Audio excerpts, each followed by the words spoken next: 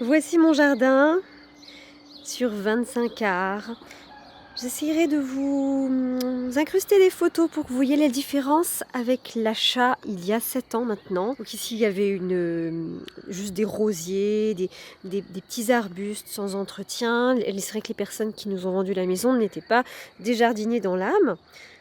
Donc ce qui m'a laissé énormément de possibilités, les champs libres. Tout était à créer et c'est ça que j'ai beaucoup aimé. Quand on a acheté la maison, les propriétaires nous disaient que ce cerisier ne donnait plus. On a taillé les branches les plus hautes, il montait vraiment en hauteur. Et on lui a surtout donné de la nourriture aux pieds. La litière de nos chats, pour être plus précise. Là, vous reconnaissez mon Keyhole Garden. J'ai fait une vidéo dessus, le fameux jardin en trous de serrure que j'ai construit avec des pierres en grès.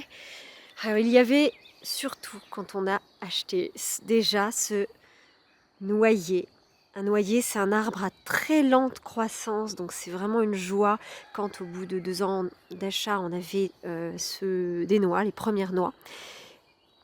Petite cabane de jardin qui n'existait pas non plus. Alors la haie de tuya, c'est pas nous qui l'avons plantée, elle y était déjà. Rien ne pousse à côté d'une haie de tuya, sauf peut-être quelques arbres moins difficiles. Là j'ai réussi à mettre des pins qui se plaisent plutôt bien. Et alors, je pourrais vous faire un petit détail de toutes les essences de plantes. Alors regardez, le Keyhole Garden, je ne l'ai pas trop entretenu ces derniers temps, j'ai manqué de temps. C'était pour les fraises et j'ai laissé se développer des encolis. J'ai vraiment du mal à les enlever. J'adore cette fleur. Et je laisse se développer également des physalis coquerets du Pérou qui permettront d'avoir des fruits très tard dans la saison, à un moment où on n'a plus trop de fruits. S'agissant du potager que j'ai également créé, j'essaye d'appliquer un peu la méthode du potager du paresseux, qui est très bien décrite par Helmstetter, mais je n'aime pas utiliser de la paille neuve, on va dire. Je préfère attendre que la paille ait été souillée par les canards. Voilà les canards d'ailleurs, qui profitent de la mare. Je mets une pompe et j'arrose la serre lorsque l'eau est délicieusement souillée d'excréments de canards, d'algues. Alors, je n'ai pas pu faire d'équilibre biologique. La mare n'est pas pleine parce que j'ai un petit peu manqué de récolte d'eau. En tout cas, j'ai pas pu mettre de plantes et mettre un équilibre biologique car les canards mangent tout. J'ai mis 2 ans à voir vraiment un début de bordure, rien que la bordure de la mare. Oula, elle fait beaucoup de bruit. Attention, il y a des canards qui font beaucoup de bruit, je vous le dis, pour ceux qui envisagent d'en acquérir et d'en adopter. Ouais, celle-ci est particulièrement bruyante. Plus que sa sœur, que vous voyez, c'est la petite noire à droite, qui est beaucoup plus discrète. Chacun son caractère. Alors, comme je n'utilise pas la paille neuve, mais que j'attends qu'elle soit souillée par les volailles, évidemment, j'en ai pas assez. Vous voyez, je n'ai pas mis un paillage suffisant, j'ai quand même des adventices, mais j'aime ça. Là, on a du lierre terrestre, on a du plantain lancérolé. Au début, je ne tondais pas du tout la pelouse nulle part. J'aimais vraiment laisser une prairie fleurie, chose que je ne fais plus trop à proximité du potager. Je n'ai laissé la prairie fleurie qu'aux endroits où je n'ai pas mis le potager, mais c'est juste un véritable jardin en tant que tel.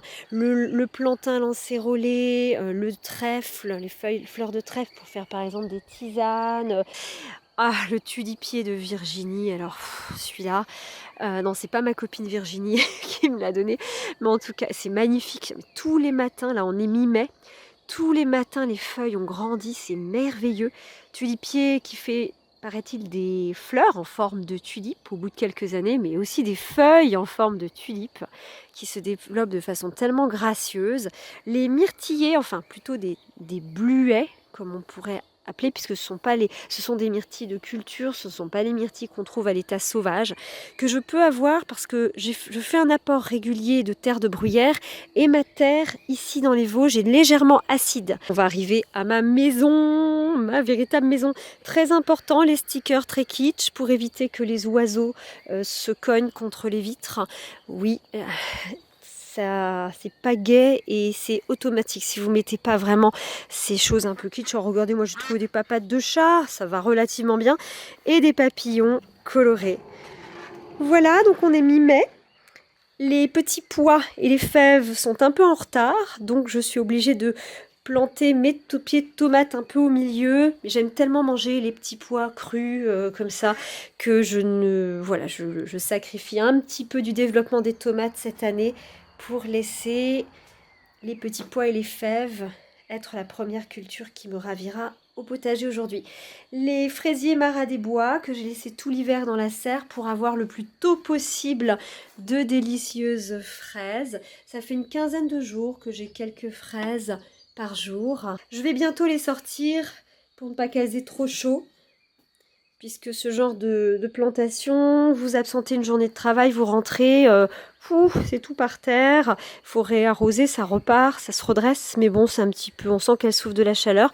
Et comme je commence à en avoir au jardin également, des fraises, eh bien, elles vont prendre le relais. Alors, comme j'ai des voisins super, eh bien, j'ai enlevé une partie de la haie de tuya côté sud du jardin pour libérer un espace. Pour créer de nouveau un potager. Ici, j'ai toujours ma pépinière où je mets des petits bébés plantes que je veux voir se développer, que je veux donner, que j'envisage un jour de planter. J'ai mis aussi des choux pour varier. Et voilà l'oseille, j'adore, j'ai de l'oseille sauvage. C'est excellent. Voilà, ici je suis en train de créer une lasagne, selon les principes classiques. Ça, pommes de terre sur gazon pour créer cet espace-là de potager. Ah, regardez ça.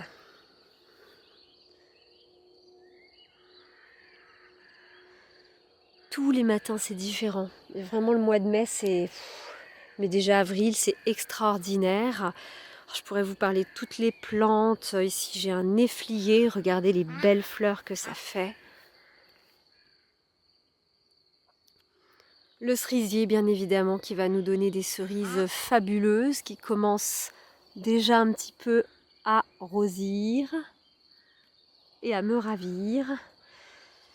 Oh, ici, c'est un laurier des Iroquois, un sassafras qu'on m'a offert. Chaque arbre a une histoire. C'est ça qui est aussi formidable quand on a un jardin qu'on crée année après année.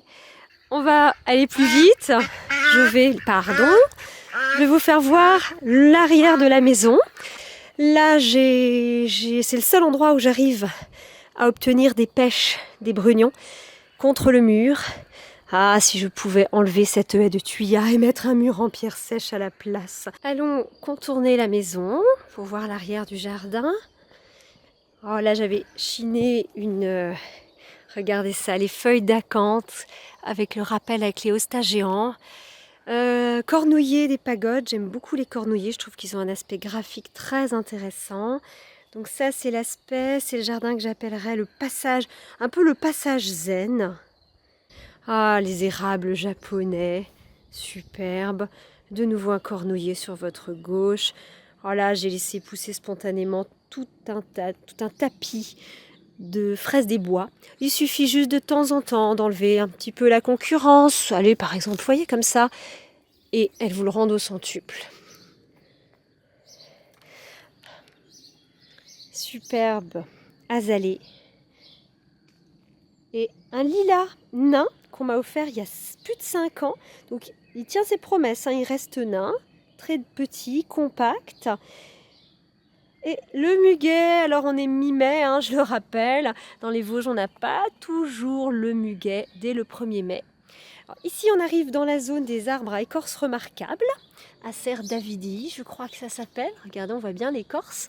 Et ce qui est assez amusant, c'est que j'ai acheté 2 frères à 2 ans d'intervalle. Ouais, ils étaient dans la jardinerie, j'en ai pris un que j'ai planté là. Et 2 ans plus tard, le frère était toujours pas adopté.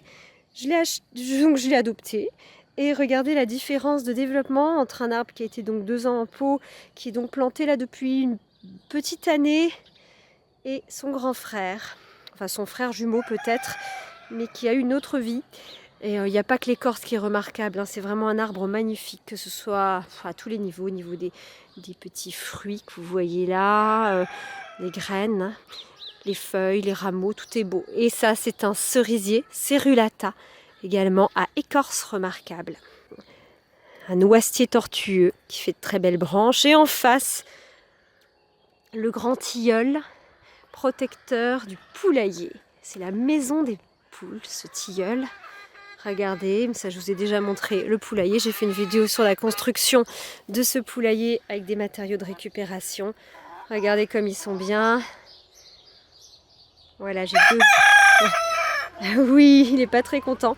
Et là au fond, on a un accès pour accéder à la prairie fleurie délimitée derrière.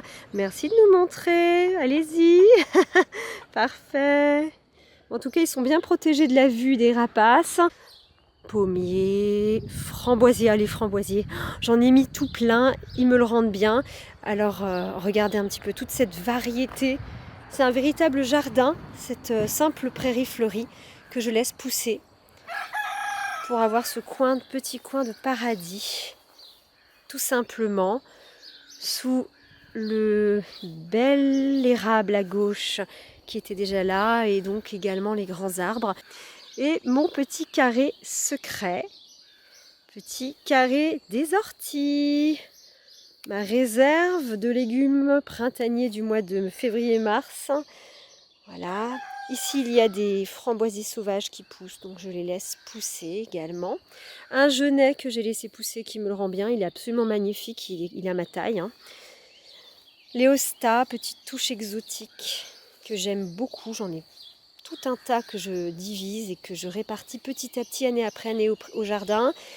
Ah, évidemment, les petits fruits, groseilliers.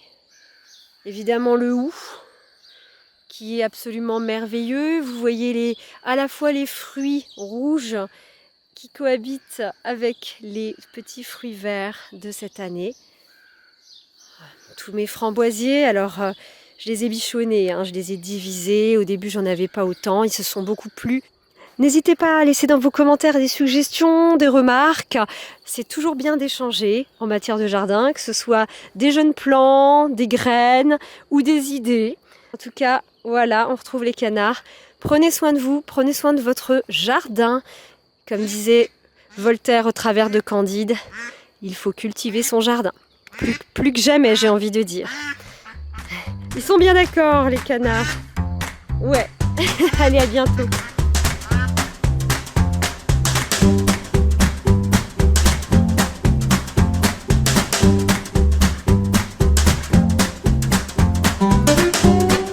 Si vous aimez mes vidéos, vous adorez mon livre Écolothérapie, la positive attitude pour prendre soin de soi en prenant soin de la planète. Sans prise de tête, ça va de soi.